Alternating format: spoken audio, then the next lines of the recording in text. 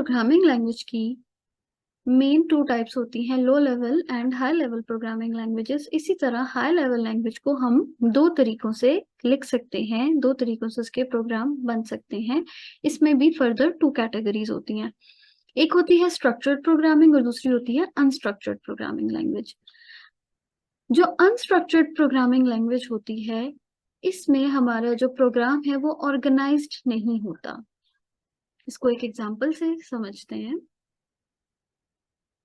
जैसे कि अगर हम यहाँ पर देखें इस लाइन में, तो हमारे पास एक नंबर लिखा है 10।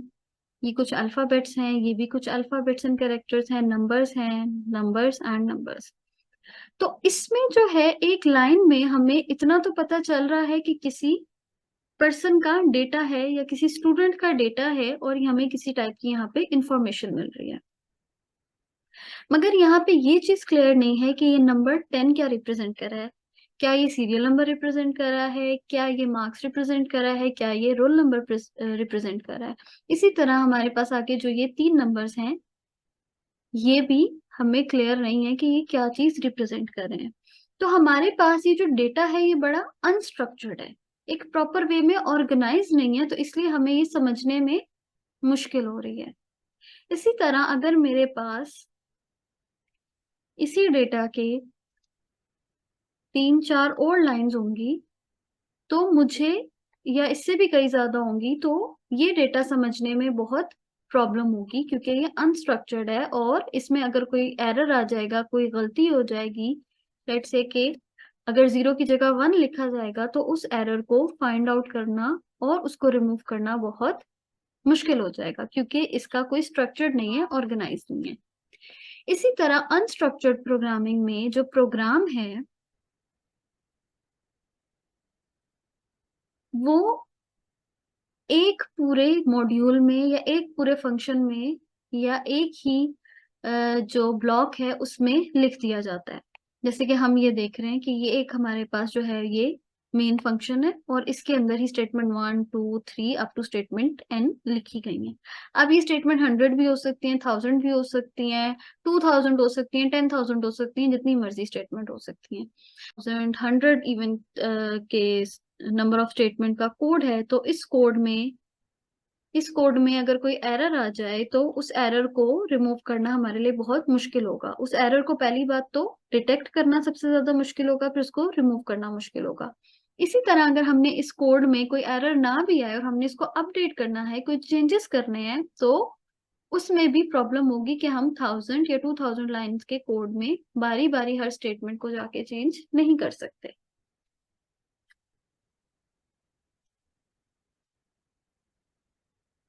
नेक्स्ट है स्ट्रक्चर्ड प्रोग्रामिंग लैंग्वेज। अब अगर हम देखें, जो पिछला डेटा हमने यहाँ पर देखा था ये बहुत अनस्ट्रक्चर्ड फॉर्म में था, ये अंडरस्टैंडेबल नहीं था, ये इसको समझना बहुत मुश्किल था। पर अब जब ये डेटा स्ट्रक्चर्ड फॉर्म में आ गया कि 10 जो है हमें पता चल गया सीरियल नंबर है, ये नेम है, ये क्लास है, 100 जो है अटेंडेंस परसेंटेज है, 75 मार्क्स हैं, 105 रोल नंबर है, तो अब इस डेटा को समझना आसान हो गया। क्यों? क्योंकि हमने यहाँ पे जो ये डेटा एक लाइन में लिखा हुआ था, इसको डिवाइड कर दिया है डिफरेंट पार्ट्स में, और इन पार्ट्स को कोई नाम दे दिया, कोई लेबल दे दिया।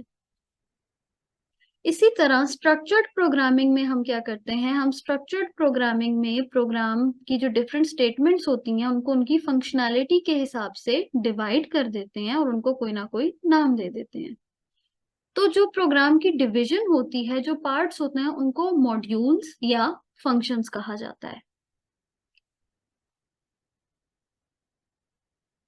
जिस तरह ये डेटा डिफरेंट पार्ट्स या मॉड्यूल्स में डिवाइड हो गया, तो अब इसको समझना आसान हो गया है। इसी तरह जो प्रोग्राम स्ट्रक्चर्ड प्रोग्रामिंग लैंग्वेज में लिखा जाता है, जो मॉड्यूल्स में डिवाइड होता है, उसको समझना और उसको मॉडिफाई करना आसान होता है। इसी तरह अगर हम देखेंगे, एक कैलकुलेटर का प्रोग्राम बना है और उस कैलकुलेटर में जो है वो डिफरेंट फंक्शंस या डिफरेंट मॉड्यूल बना दिए गए हैं, सम, मल्टीप्लाई, डिवीजन, सब्ट्रैक्शन।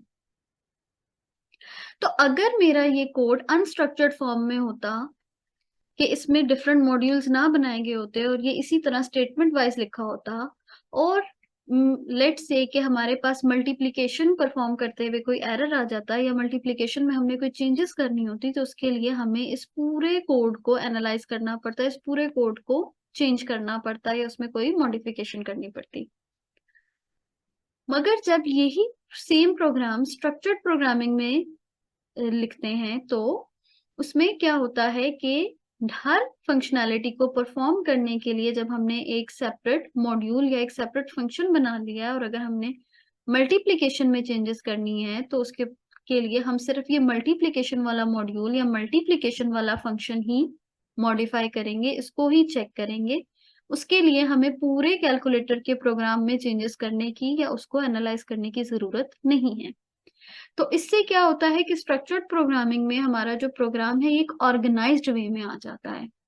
हमारे पास जो डेटा है, जो फंक्शनैलिटीज हैं, वो डिफरेंट पार्ट्स में और मॉड्यूल्स में डिवाइड कर दी जाती हैं और उन मॉड्यूल्स को हम सेपरेटली भी चेंजेस उसमें कर सकते हैं।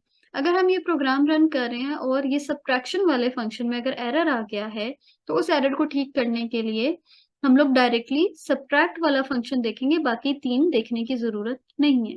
तो इससे हमारी प्रोग्रामिंग क्या होगी है, स्ट्रक्चर्ड होगी और इसमें एरर आइडेंटिफिकेशन, मॉडिफिकेशन और प्रोग्राम लिखना आसान हो गया।